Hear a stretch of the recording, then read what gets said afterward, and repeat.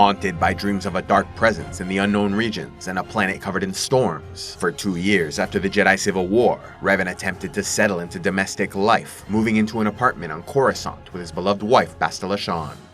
But the dreams only intensified until he felt no choice but to investigate the meaning of these vague, mysterious memories. His resolve only strengthened when his wife revealed she was pregnant, realizing he must stop or delay this galactic threat as long as possible so their child might live a long life of peace.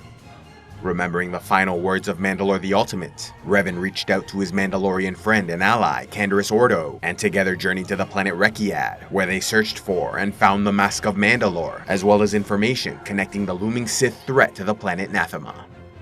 Parting ways, Revan asked his friend Canderous to don the mask they found so he could unite and strengthen his people to one day fight in defense of the Republic. Reluctantly, Canderous agreed, becoming Mandalore the Preserver. Revan, meanwhile, boarded the Ebon Hawk with his trusty T3M4 droid and traveled to Nathema, where he was immediately identified, attacked and knocked unconscious by Darth Nihilus and Lord Scourge, Sith rebels plotting to overthrow the Emperor. Despite ruling without equal for over 1,000 years, several members of the ruling Dark Council still hoped Vitiate might be overthrown. Counted among the conspirators, the powerful Darth Nihilus, a specialist in Sith sorcery, then recruited the talented and respected interrogator Lord Scourge.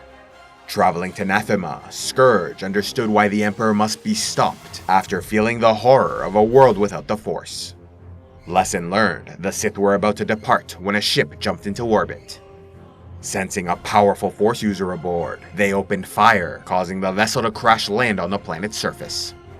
Recovering the still-living body of Revan, Nihilus knew him as one of 2 Jedi captured by Vitiate, and soon realized he must have broke free of the Emperor's influence. Secretly bringing their captive to her compound, Revan was drugged, tortured, and interrogated by Scourge for the next 3 years, in the hopes of extracting information they might use in their rebellion.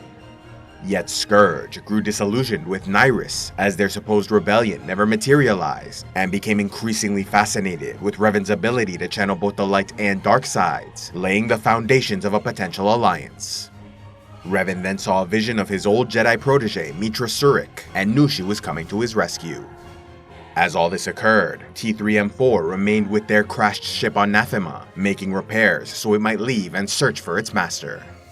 Upon the droid's departure, it was found by none other than Meetra Surik, the former Jedi exile, beginning a journey that led her to defeat the Sith Triumvirate, which rose from the remnants of Malak's Sith Empire. After claiming victory for the Republic in the Dark Wars, Meetra sought the blessing of Bastila Shan before embarking on a mission with T3M4 to follow Revan's trail, eventually leading them to Dromund Kaas, where her inquiries brought her to a meeting with Lord Scourge.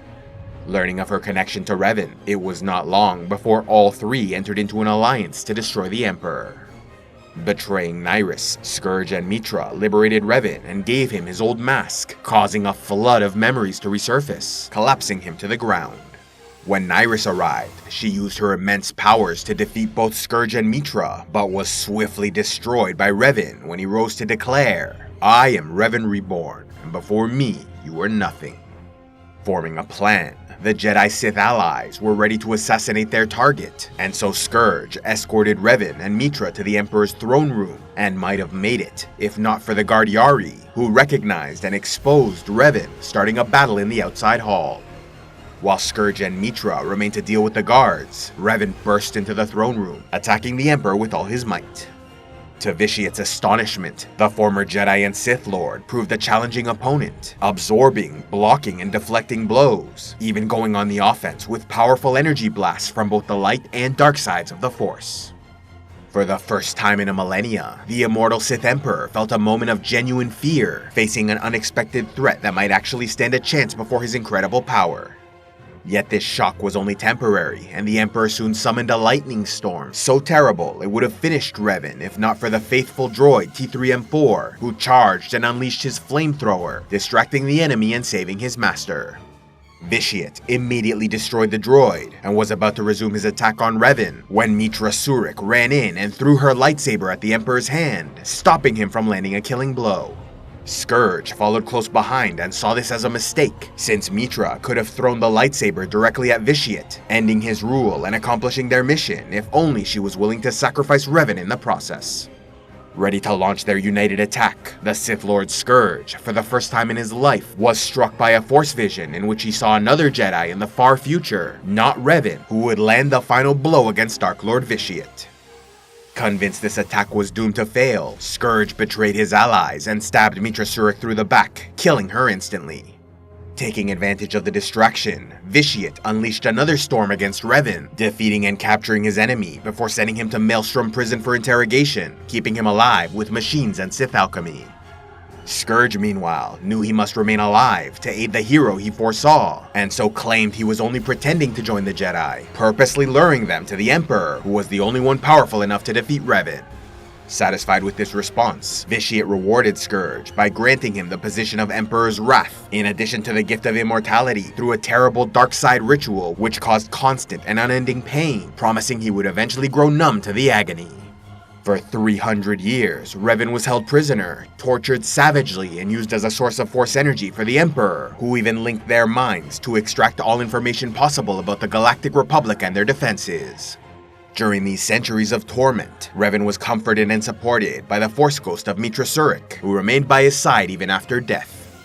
With her help, and through his own immense powers, Revan was able to reverse the Dark Lord's mental connection, allowing him to subtly, but significantly influence the Emperor's mind, delaying his planned invasion of the Republic for 3 centuries. And so in the end, despite his imprisonment and the failed assassination attempt, Revan succeeded in accomplishing his primary objective by ensuring that both his wife and son lived out their lives in peace.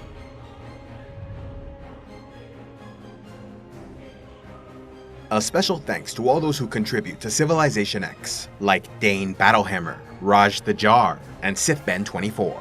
If you'd like to help the channel, be sure to give a like, leave a comment, subscribe, and click on the links below, or else go to patreon.com/civilizationx, where you can gain early access to videos, vote on future content, and watch the Patreon-only series, Heroes of Lore and Legend.